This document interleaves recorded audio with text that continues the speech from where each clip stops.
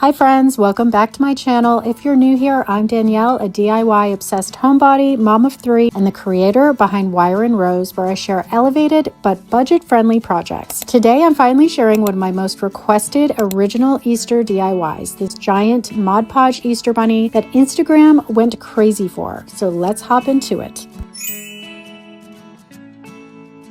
Before you begin, gather all of the supplies that you need for this project. For the large plastic egg, I purchased that at the dollar store. I also used a balloon, cardboard for the ears, some really pretty paper napkins, and I can give you the link for those, or you can use any other pattern that you want. Paper towels, a glue gun and glue sticks, Mod Podge, and paintbrushes, and of course scissors and ribbon. These are the blue and white napkins that I used. I love this print. I think they are so classic and so elegant, but you can use any pattern that you wish. The first thing you want to do is you want to remove the top ply from the bottom ply if this is a 2-ply napkin. If you have 3 plies, you want to remove just the top ply. You want to make this as thin as possible.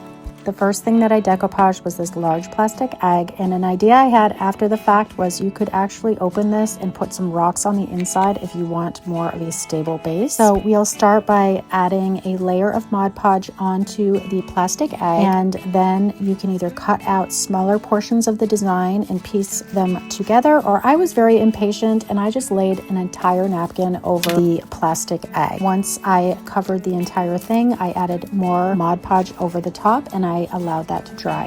And this is what it looks like when it's all dry. I initially wanted this just to be an Easter egg, but the more I stared at it, I realized if I added a head and some ears, we would have an Easter bunny. In order to make the head, I grabbed a balloon, I blew it up to the size I wanted for the bunny's head, and then I started layering it with the same exact napkin technique that I used for the Easter egg. I then set that aside to dry, and then I made the ears. For the ears, I drew bunny ears on a piece of cardboard. I cut those out and then I painted them white. Painting these white will prevent the brown cardboard from showing through the 1-ply napkin.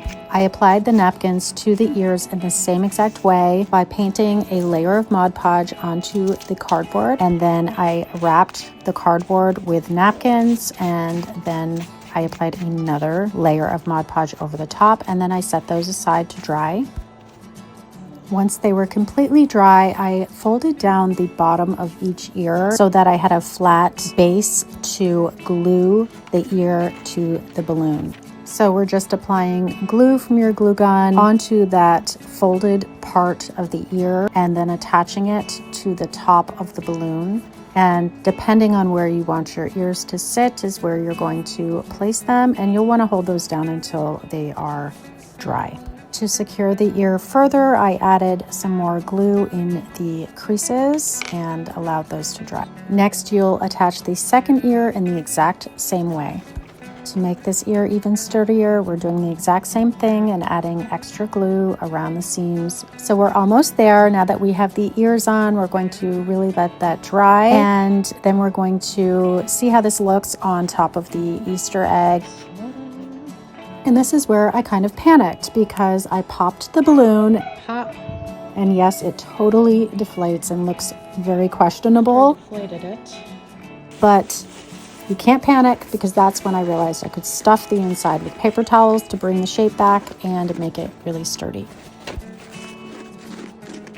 To seal up that hole, I didn't film this, but I just pinched it together, added more glue, and this is what it looks like after attaching the head to the body with more glue. And then I just added a bow to hide all of the glue around the neck, and I think it turned out so pretty. I got so many questions and people wanting to make this, so I hope this really helps you. Let me know if you have any questions, or if you decide to make this, feel free to tag me on my Instagram at Abreu Jewelry. And of course, I couldn't stop at just one. I ended up making an entire family of these bunnies in different sizes, and they look so cute styled together for Easter. So if you want a part 2, please let me know, and I can show you how I made the full bunny family and how I styled them around my home. Thank you so much for watching. Till next time.